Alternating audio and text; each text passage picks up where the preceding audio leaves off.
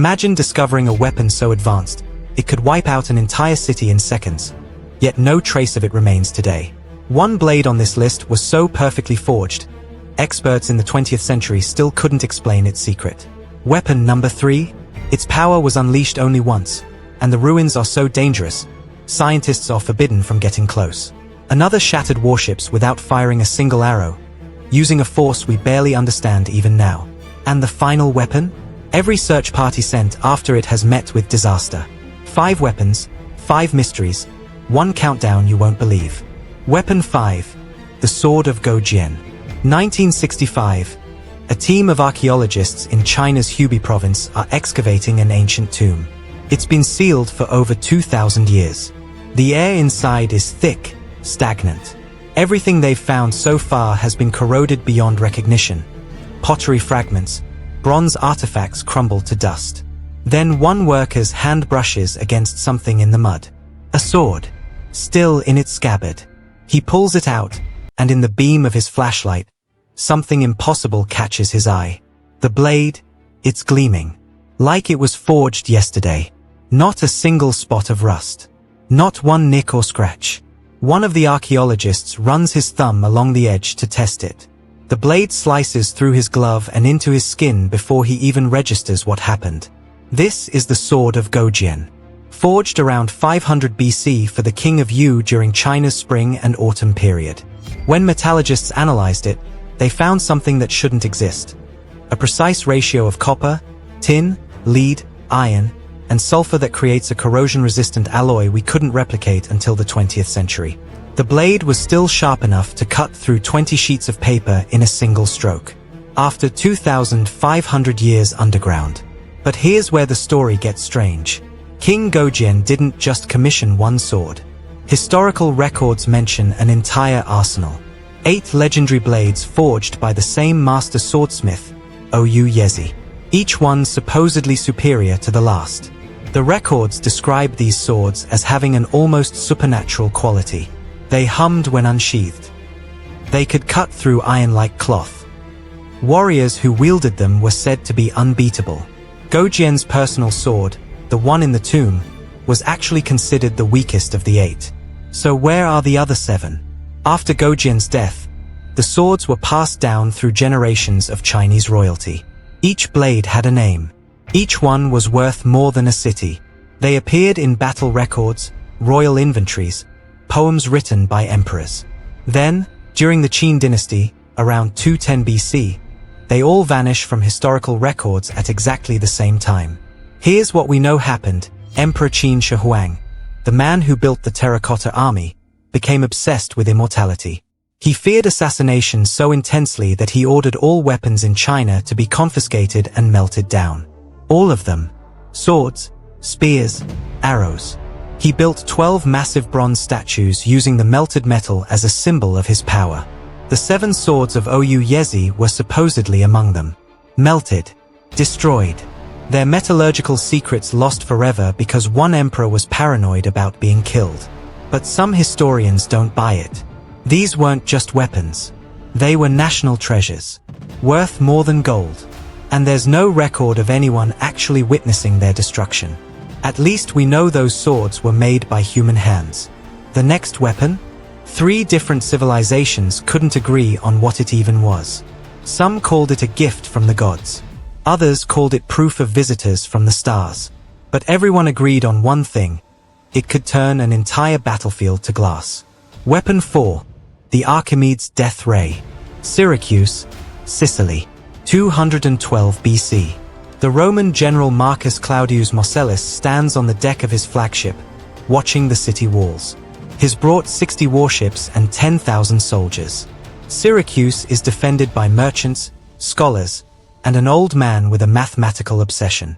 It should be over in days. Marcellus gives the signal. The ships advance into the harbor, siege towers raised, marines ready to storm the beaches. Then the old man appears on the walls. He's 75 years old. His name is Archimedes. And he's about to make Marcellus look like a fool. Massive cranes swing out from behind the walls. Iron claws descend from chains, grab the Roman ships by their bows, and lift them vertically out of the water. Marines tumble into the sea. The ships are shaken like toys, then dropped, smashing their hulls on the rocks. Marcellus orders a retreat. Regroups. Tries attacking at night instead. That's when the mirrors appear. Dozens of bronze shields positioned on the walls, all angled toward the harbor. And when the moon hits them just right, Roman ships start catching fire from hundreds of yards away. Not from flaming arrows. Not from catapults. From reflected light. Now here's what haunts historians. We have multiple Roman accounts of these burning mirrors. Not legends written centuries later. Military reports filed during the siege. One officer describes a terrible flame that could not be extinguished with water. Another mentions heat so intense it melted bronze fittings from a distance. Marcellus was so terrified of Archimedes' devices that he abandoned naval attacks entirely. He laid siege to the city for 8 months because he refused to send his ships into that harbor again. But modern scientists have tried to recreate the death ray. MIT students built bronze mirrors. Discovery Channel did an episode. They all reached the same conclusion. Technically possible, but impractical in real battle conditions. So was it real? Here's what changed the debate. In 2005, researchers found something in the Roman archives in Naples. A damaged scroll, barely legible, but parts of it were clear. It was Marcellus's personal journal. And in it, he doesn't describe the burning mirrors as concentrated sunlight. He describes them as generating their own light. He writes about a golden fire that appeared even on cloudy days.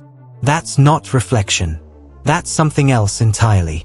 Some researchers now think Archimedes didn't use sunlight at all. They think he created the first focused energy weapon using some form of chemical reaction or electrical discharge we still don't understand. When Syracuse finally fell, Marcellus gave explicit orders: capture Archimedes alive. The general wanted to meet the man who had humiliated Rome's navy. More importantly, he wanted those weapons. He sent search parties to every building, offered rewards, promised safety. But in the chaos of the invasion, a Roman soldier found Archimedes working on mathematical diagrams in the sand. The old man looked up and said, "Do not disturb my circles." The soldier, not knowing who he was, killed him on the spot. Marcellus was furious. He gave Archimedes a proper burial, erected a monument. But the damage was done. They searched every building in Syracuse. Found mechanical cranes, catapults, mathematical instruments. No mirrors. No burning devices. No plans. If the death ray existed, the knowledge died with a 75-year-old mathematician in the sand, seconds before he could explain how it worked. But at least the Romans knew what they were looking for. The next weapon? An entire civilization was wiped out by it. And we still don't know what it was. Just that the ruins are so radioactive, they're still dangerous to visit today. Weapon 3. The Vimana weapons of ancient India. Picture this. You're a British archaeologist in 1927. You're excavating an ancient city in the Indus Valley, Mohenjo-daro, one of the oldest known civilizations. You're expecting pottery, maybe some jewelry, the usual stuff. Instead, you find skeletons. Dozens of them. Scattered in the streets like they were running from something. No signs of violence. No weapons. No trauma. Just people who dropped dead in the middle of whatever they were doing 4,000 years ago. And here's the disturbing part. They're still holding hands. Parents clutching children. People frozen mid-stride. Whatever killed them happened so fast, they didn't even have time to let go. When scientists finally analyzed the skeletons in the 1990s, they found something impossible. The bones had radiation levels 50 times higher than normal. The surrounding soil? Contaminated. Even the bricks of the buildings showed signs of being exposed to extreme heat, over 2,000 degrees Celsius. The kind of heat that only occurs in 2 places: volcanic eruptions or nuclear explosions. There are no volcanoes within 500 miles of Mohenjo-daro. Now, you might think this is just a coincidence. An unexplained natural disaster. Except for one problem. Ancient Indian texts describe exactly this kind of destruction. The Mahabharata, one of India's oldest epics, written at least 2,000 years ago. It describes a war between two cities, not with swords or arrows, with weapons called astras. Here's how it describes one of them. A single projectile charged with all the power of the universe. An incandescent column of smoke and flame as bright as 10,000 suns rose with all its splendor. It was an unknown weapon, an iron thunderbolt, a gigantic messenger of death. After it fired, the corpses were so burned as to be unrecognizable. Hair and nails fell out. Pottery broke without cause. Birds turned white. After a few hours, all foodstuffs were infected. That's not poetry. That's a description of radiation poisoning. But here's what really bothers researchers. The texts don't just describe these weapons being used. They describe how they worked.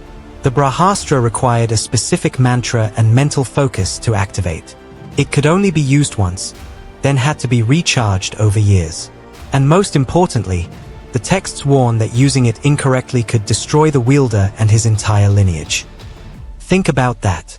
Why would an ancient myth include operating instructions and safety warnings? And here's the part that makes it even stranger. The Mahabharata says these weapons were used in a civil war. Indian against Indian. Brother against brother. After the war ended, the survivors looked at what they'd done and made a choice. According to the texts, the astras were returned to the gods. The warriors who knew how to use them took a vow of silence. The manufacturing sites were buried. One passage describes it like this: seeing the destruction they had wrought, the victors wept. They swore to hide the weapons where no man would find them, for fear that future generations would repeat their mistake. That sounds noble. A civilization choosing peace over power. But in 1992, archaeologists found something near Mohenjo-daro that suggests a darker truth. 3 miles from the radioactive ruins, they discovered a massive underground complex. Stone chambers, sealed vaults, all of it collapsed and filled with debris, like someone had deliberately destroyed it from the inside. One chamber had walls covered in Sanskrit warnings. Most of it was too damaged to read, but researchers made out one phrase: "Let what lies below remain below." They started excavating, got about 50 feet down. Then radiation alarms started going off. The Indian government shut down the dig within 24 hours. Classified everything. The site is still sealed today.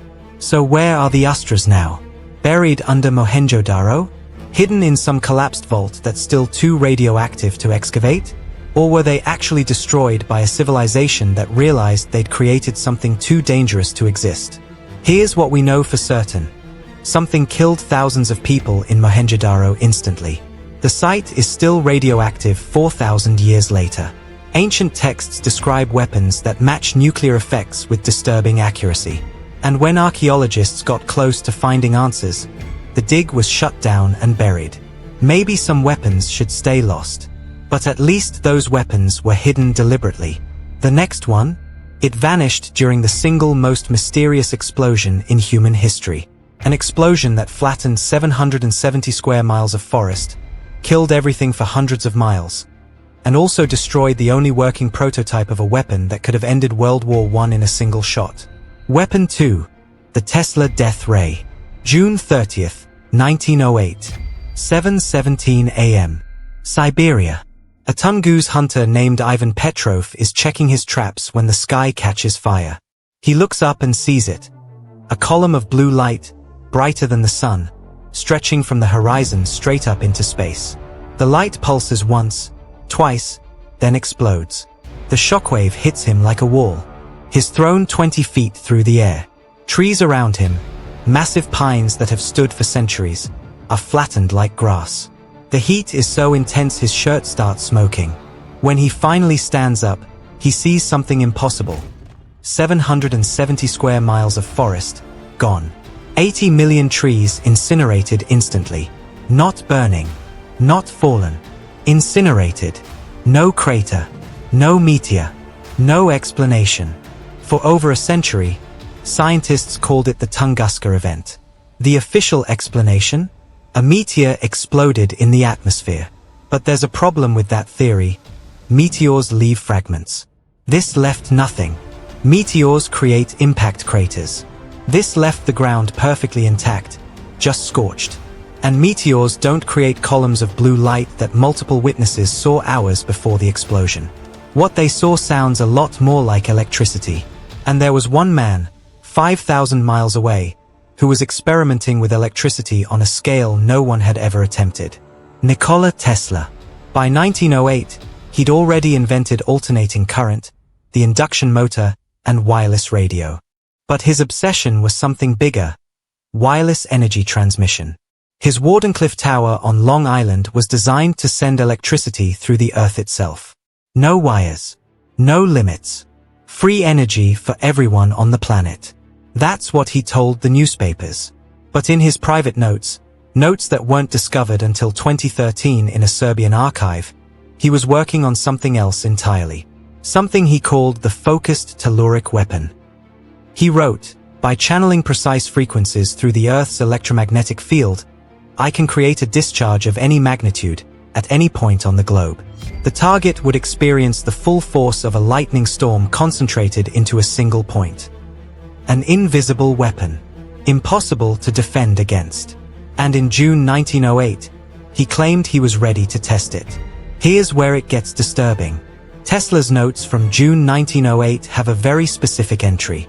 June 30th, Wardenclyffe experiment commenced at 7 a.m. Greenwich Mean Time. Target coordinates: uninhabited region, Siberia. Power output, maximum. Duration, 17 minutes. 17 minutes. That's exactly how long it would take for electromagnetic energy to travel through the Earth from New York to Siberia. The explosion happened at 7:17 a.m. Greenwich Mean Time. Now, this could be a coincidence. Tesla could have been exaggerating. Maybe he wrote that entry later, after hearing about Tunguska, just to claim credit. Except for what happened next. Within 3 weeks of the Tunguska explosion, Tesla's funding was cut. J.P. Morgan, one of the richest men in history, who had personally invested millions, withdrew completely. Wardenclyffe Tower was ordered dismantled. Every piece of equipment was destroyed, seized, or auctioned off. The official reason? Financial concerns. But Morgan had funded Tesla for years, through dozens of failed experiments. Why abandon the project right when Tesla claimed it worked? Unless it worked too well. Think about it. If Tesla really did cause Tunguska, he'd just proven he could destroy any city on Earth with the flip of a switch. No army could defend against it. No distance was safe. Morgan didn't shut down Wardenclyffe because it failed. He shut it down because it succeeded. Tesla lived another 35 years after Wardenclyffe. He continued his experiments in a smaller lab, still claiming he could build his Peace Ray, a weapon so devastating that nations would be too afraid to go to war. He tried to sell it to the US military. They declined. He approached the Soviet Union. They ignored him. By the 1930s, most people thought he'd gone insane. Then, on January 7, 1943, Tesla died alone in his hotel room. 3 days later, the FBI raided the room. They seized every document, every blueprint, every scrap of paper. Classified all of it under the Alien Property Custodian Act. Why alien property? Tesla was a US citizen. The government claimed they were protecting sensitive materials. They promised to return the documents to his family eventually. 80 years later, most of those documents are still classified. In 2016, the FBI released a small batch, heavily redacted. Most pages are completely blacked out. The few readable sections mention directed energy research and potential weaponization concerns. Whatever Tesla built, whatever he discovered in those final years, the government decided the world wasn't ready for it. And if Tunguska really was his doing, then somewhere in a classified vault is proof that one man, with equipment from 1908, created a weapon more powerful than anything we have today. But even Tesla's superweapon pales in comparison to number one. Because the final weapon on our list? It's the only one that ancient texts claim could destroy the sky itself. And everyone who's tried to find it has died under mysterious circumstances. Weapon 1. The Ark of the Covenant. The most famous lost artifact in history. Raiders of the Lost Ark made it a household name. Everyone knows the story, a golden chest that carried the 10 Commandments. But that's the Sunday school version. What they don't tell you is that the Ark wasn't just a religious relic. According to the Bible, it was a weapon of mass destruction. And the rules for handling it? They read less like religious protocol and more like a hazmat containment procedure. Touch it directly? Instant death. Get too close without authorization? Dead. Even look at it wrong? You guessed it. Dead. The Book of Numbers describes the Ark being carried into battle against the Amalekites. When the priests raised it, fire came down from between the cherubim and consumed the enemy army. Later, the Philistines captured it. Victory, right? Within 3 days, everyone in the city started developing tumors. 50,000 dead within weeks. The survivors were so terrified they built a cart, loaded the Ark onto it, and sent it back to Israel with a tribute of golden offerings. The cows pulling the cart? They dropped dead the moment they crossed into Israelite territory. And here's the strangest detail. When some Israelites tried to steady the Ark as it was being transported, they touched it for just a second. They were dead before they hit the ground. Now, you might think this is just biblical exaggeration. Ancient writers being dramatic. Except the Bible is very specific about how the Ark was constructed. Gold-plated acacia wood. Exact dimensions, 2.5 cubits long, 1.5 cubits wide and high. 2 golden cherubim on top with their wings touching. Carrying poles made of acacia wood covered in gold that must never be removed. In the 1930s, an electrical engineer named Velikovsky analyzed those specifications. You know what they describe? A massive electrical capacitor. Think about it. Gold is one of the best conductors of electricity. Acacia wood is an excellent insulator.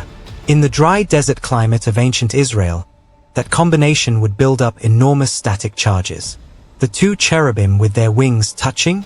That's a spark gap, the exact setup needed to create an electrical discharge. The carrying poles? They're insulated handles to prevent electrocution. Even the instructions make sense. Only Levite priests could handle it, and they had to wear specific linen garments. Linen doesn't build up static electricity like wool or other fabrics do. This wasn't divine mystery. This was an ancient civilization accidentally building a high-voltage weapon and creating religious protocols to prevent people from killing themselves with it.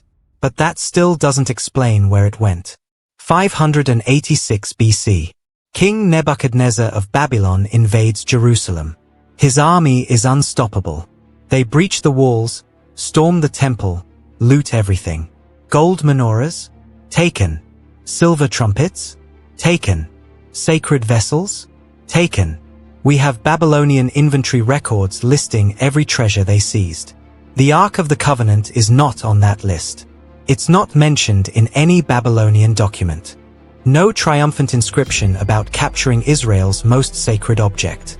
No record of it being destroyed. It just vanishes from history at the exact moment you'd expect it to be seized as the ultimate war trophy. So where did it go? Theory 1. The prophet Jeremiah hid it before the invasion.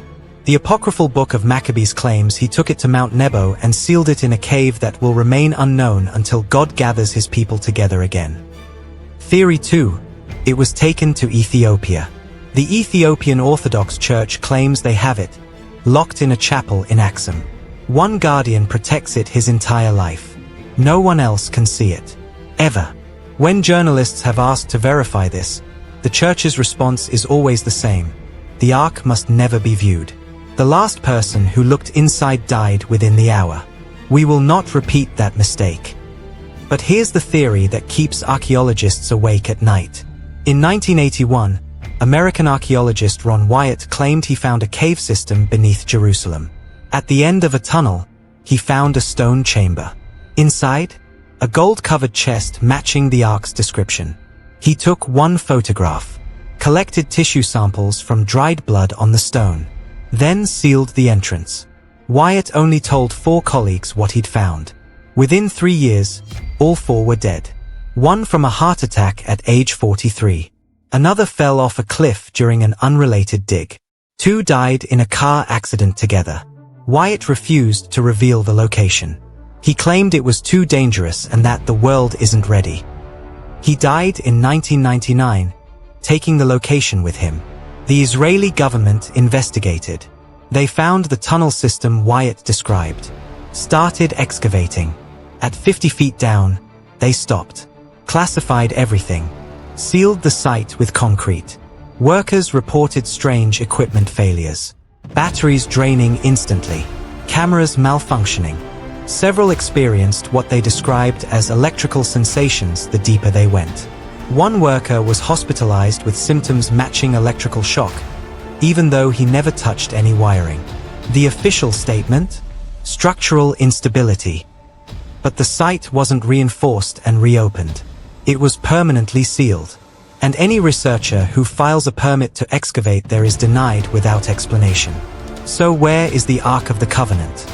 Buried under Jerusalem, behind 50 feet of government-sealed concrete? Locked in an Ethiopian chapel, protected by centuries of religious tradition? Lost in a collapsed cave on Mount Nebo, exactly where Jeremiah supposedly hid it 2,600 years ago? Or destroyed by the Babylonians? And all these stories are just humanity's refusal to accept that the most powerful artifact in history was melted down for its gold? Here's what we know for certain. Every ancient text agrees the Ark was lethal. Its construction matches a high-voltage capacitor. Multiple civilizations feared it enough to send it back rather than keep it. And in modern times, every serious attempt to locate it has ended in death, government interference, or both. Maybe the Ark isn't lost. Maybe it's exactly where it needs to be. Hidden, sealed, and protected from anyone foolish enough to go looking. Because some weapons are too dangerous to find. 5 weapons. 5 mysteries. All lost to history, or deliberately erased. Hit subscribe for more.